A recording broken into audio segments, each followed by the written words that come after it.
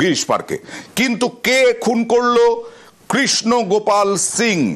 এই কৃষ্ণপাল সিং, সেই কৃষ্ণপাল সিং এক ভাই, করণ সিং আরেক ভাই।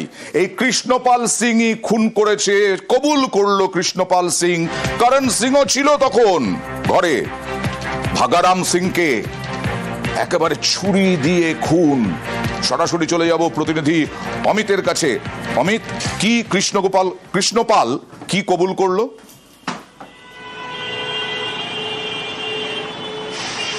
কৃষ্ণপাল সিং ইতিমধ্যে পুলিশের কাছে স্বীকার করে নিয়েছেন যে তিনি খুন করেছেন। গলার নলি যেমন কাটা হয়েছিল এবং মৃত্যু সুনিশ্চিত করার জন্য, কারণ পুলিশ সূত্র থেকে যেটা দাবি করা হচ্ছে এবং ময়নাতদন্তের এক্সপার্ট যে ওপিনিয়ন যেটা এসছে সামনে, তাতে ডিপ কাট মার্ক সেটি ছিল না, অর্থাৎ যেভাবে যে পজিশনে ছুরি দিয়ে কাটা হয়েছে তাতে একটি মানুষের মৃত্যু হতে পারে না। সেই জায়গায় মৃত্যু সুনিশ্চিত করার ক্ষেত্রে নাইলনের দড়ি দিয়ে গলায় ফাঁস দিয়ে শ্বাসরোধ করে খুন করা হয়েছে এবং খুনের মোটিভ কিন্তু কার্যত স্পষ্ট হয়ে গেছে, কারণ তদন্তকারীদের কাছে এই দুই ভাই অর্থাৎ কৃষ্ণপাল এবং কারণ দুজনেই স্বীকার করে নিয়েছেন যে তারা 8 লক্ষ টাকা পেতে সেই টাকা দিচ্ছিলেন না। সেই কারণেই বেশ কিছুদিন ধরে ঝামেলা চলছিল, সেই ঝামেলার কারণেই খুন করা হয়েছে এই রাজস্থানের এই ব্যক্তিকে। কৃষ্ণপাল সেই খুন করেছে, এমনকি আরো হাড়হিম করা বিষয়, খুনের জন্য ছুরির অর্ডার, খুনের জন্য বড় বাজার থেকে ছুরির অর্ডার। তার মানে কি স্পেশাল ছুরি কারণ কৃষ্ণপাল অর্ডার দিয়েছিল? অমিত,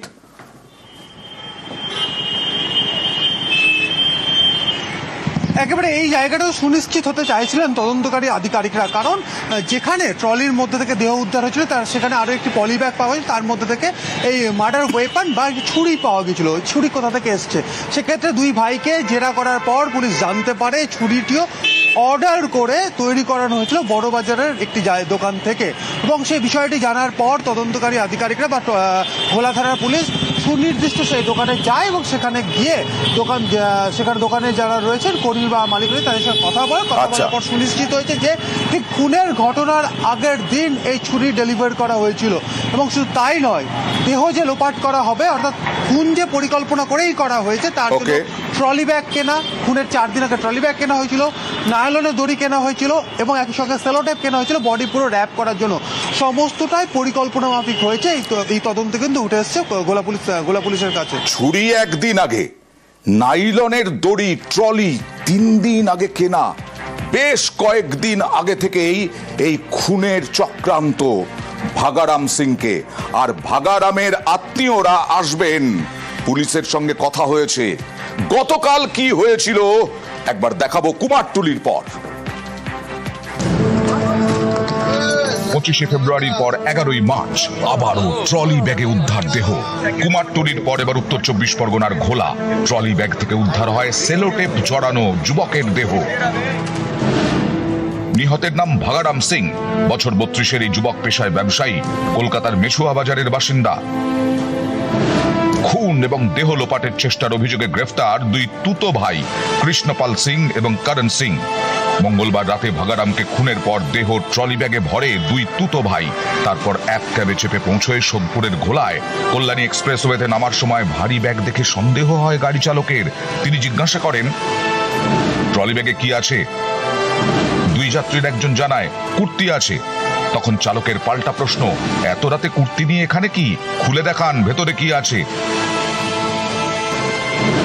ট্রলি খোলা দূরের কথা, উল্টে যাত্রীরা বলে তোমার কিছু লাগলে পয়সা নিয়ে চলে যাও। এতে চালকের সন্দেহ আরো বাড়ে, পাল্টা প্রশ্ন করেন পয়সা লাগবে না, ভেতরে কি আছে দেখান। এই সময় রাস্তায় পুলিশের গাড়ি দেখে দাঁড় করান ক্যাব চালক। তখন দুই যাত্রী পালানোর চেষ্টা করে, দৌড়ে একজনকে ধরে ফেলেন ক্যাব চালক। যখন এই ল্যাগেজটা উঠায় তখন ল্যাগেজটা ভারী, ওরা দুজনে তুলছে। আমি বলছি ভাই ল্যাগেজে কি আছে? বললো কুর্তি। ড্রপ লোকেশন এখানে। আমি বলছি কুর্তি নিয়ে এখানে কি করবে তুমি এই রাত্রেবেলা? বললো এখানে কোথায় আশেপাশে ফ্যাক্টরি আছে, বন্ধু থাকে, সেখানে যাচ্ছি। দুজনে আমার নামালো, ভাড়াটা ক্লিয়ার করলো। তখন আমি বলছি কি আছে আমাকে একটু খুলে দেখাও তো, এত ভারী। দেখাতে রাজি না। এ বলছে তোমার কিছু লাগলে পয়সা নিয়ে তুমি চলে যাও। পয়সা দিতে চাইছে কেন? কি আছে এর ভিতরে? পুলিশ সিম্পল আমি দেখতে পেয়েছি, রাস্তার মাঝখানে গিয়ে আটকালাম, এদিকে দৌড় মারছে। আমি দৌড় মেরে গিয়ে ওকে পাজা করে ধরে, আমার ফোনও ভেঙে গেছে ওকে পাজা করে ধরে। যখন স্যারেরা আসলো তখন স্যার এসে একটা চেন খুলেই এই দেখে বডি পড়ে। বাঁধা অবস্থায় ছিল, মুখও বাঁধা অবস্থায় ছিল, সেলো টেপ দিয়ে আটকানো ছিল, মুখ হাত পা আটকানো ছিল। এরা যতদূর খবর আছে কলকাতার দিক থেকে নিয়ে এসছে। ট্রলি ব্যাগ থেকে দেহ উদ্ধার করে পুলিশ। ট্রলি নিয়ে আসা দুজনের মধ্যে করণ সিংকে গ্রেফতার করা হয়। तो आदमी साथ में आया था, वो भाग गया ना। मेरा तो कोई रिलेशन लगता नहीं, दोस्त है ऐसा। वो तो कॉलेज ने सर को नंबर दिया ना कॉल लगाने के लिए। वो मेरा पार्सल है, कोई पार्सल लेके जाने का, तुम आया ऐसा। ये मेरा बैग नहीं है, मेरा बैग अंदर है। नहीं सर, मेरे को कोई पता नहीं, जो मेरा बैग है मेरा आईडी प्रूफ है उसमें बस। अभी ये तो इधर खोला तब मेरे को पता फिर सड़म से। मैं उधर से लेके आया, मेरे को बोला गाड़ी में रखो, गाड़ी में रख दिया सब कुछ। फैक्ट्री का बताया कि फैक्ट्री उधर मेरा दोस्त रहता, उसके पास कोई पार्सल आया वो लेके जाने का बस। গ্রেফতারের পর করণের দাবি সে নাকি কিছুই জানতো না। সহযাত্রী কৃষ্ণপাল সিং তার বন্ধু হয়। পরে তদন্তকারীরা জানতে পারেন করণের মামাতো ভাই কৃষ্ণপাল। মঙ্গলবার রাতেই তাকে কলকাতার গিরিশ পার্ক এলাকা থেকে গ্রেফতার করে পুলিশ। এরপর উঠে আসে খুনের বিস্তারিত তথ্য। পুলিশ জানিয়েছে ভাগারামের থেকে 8 লক্ষ টাকা পেত কৃষ্ণপাল এবং করণ। মঙ্গলবার রাতে 65,000 টাকা নিয়ে গিরিশ পার্কে কৃষ্ণপাল করণের কাছে যান ভাগারাম। ভাগারামকে ঘুমের ওষুধ মেশানো কফি দেয় কৃষ্ণপাল করণ। তবে সংজ্ঞা হারাননি ভাগারাম। 8 লক্ষের মধ্যে মাত্র 65,000 কেন, এ নিয়ে শুরু হয় বচসা, হাতাহাতি। এরই মাঝে ভাগারামের গলার নলি কেটে খুন করে কৃষ্ণপাল। তারপর সারা দেহে জড়িয়ে দেয় সেলোটেপ জড়ানো দেহ ভরা হয় প্লাস্টিকের ব্যাগে। তারপর সেটা ট্রলি ব্যাগে। ভাগারামের দেওয়া 65,000 টাকাও ট্রলি ব্যাগে রাখে কৃষ্ণপাল ও করণ। ট্রলি ব্যাগে দেহ নিয়ে গিরিশ পার্ক থেকে হলুদ ট্যাক্সি নিয়ে নাগের বাজার যায় দুই তুতো ভাই। সেখান থেকে ক্যাব বুক করা হয়। সেই গাড়িতে চেপে উত্তর 24 পরগনার ঘোলায় কল্যাণী এক্সপ্রেসওয়েতে।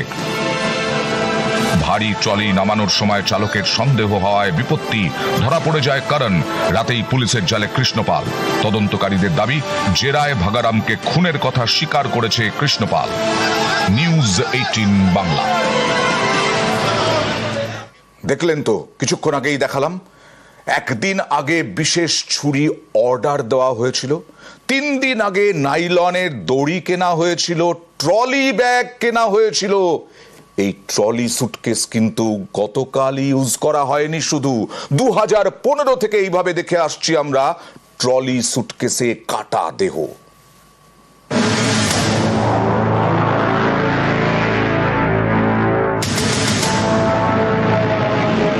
সালটা 2015। ঘটনাস্থল দুর্গাপুর। প্রেমিকা ও তার 4 বছরের মেয়েকে খুন করে ব্যাংক ম্যানেজার। 2 দেহ ট্রলি ব্যাগে ভরে চলে আসে ব্যারাকপুরে। সেখান থেকে গঙ্গার ওপারে শেওড়াফুলি যাওয়ার নৌকা ধরে। সেই নৌকা থেকে দেহ ভর্তি ট্রলি ব্যাগ ফেলে দেয় গঙ্গায়।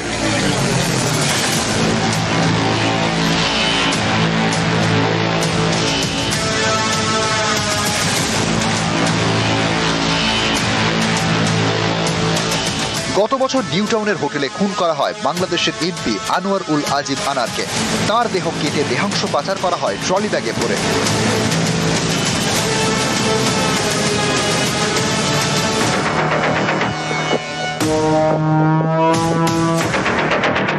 গত 25শে ফেব্রুয়ারি কুমারটুলি ঘাটে ট্রলি ব্যাগে উদ্ধার হয় মহিলার দেহ। পিসি শাশুড়িকে খুন করে বৌমা।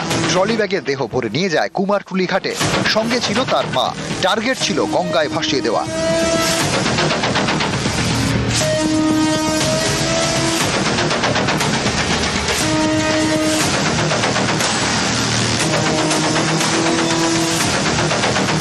মঙ্গলবার রাতে উত্তর 24 পরগনার ঘোলায় কল্যাণী এক্সপ্রেসওয়েতে ট্রলি ব্যাগ থেকে উদ্ধার যুবকের দেহ।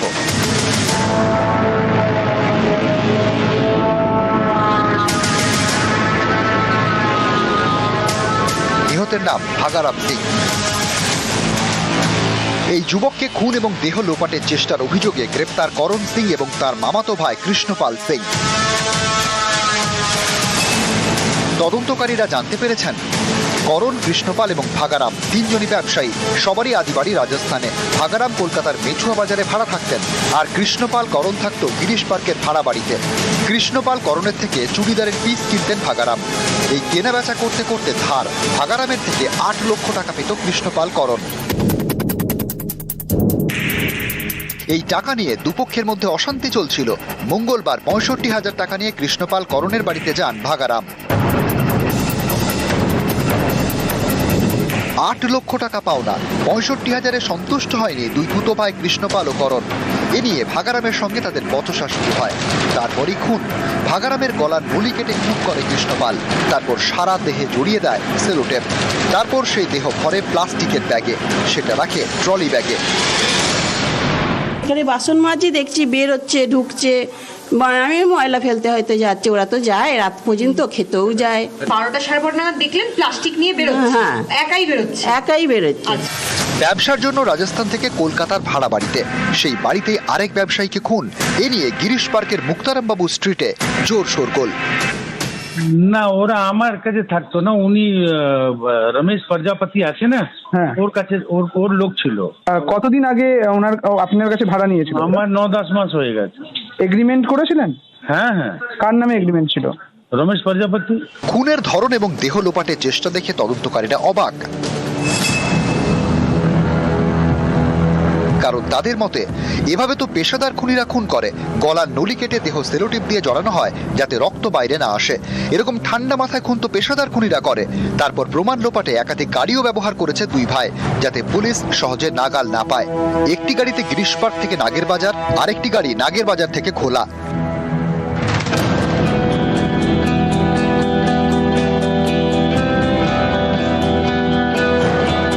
এত কিছু করার পরেও শেষমেশ পুলিশের জালে। মঙ্গলবার রাতে দুই তুতো ভাই কৃষ্ণপাল ও করণকে গ্রেপ্তার করে পুলিশ। নিউজ 18 বাংলা।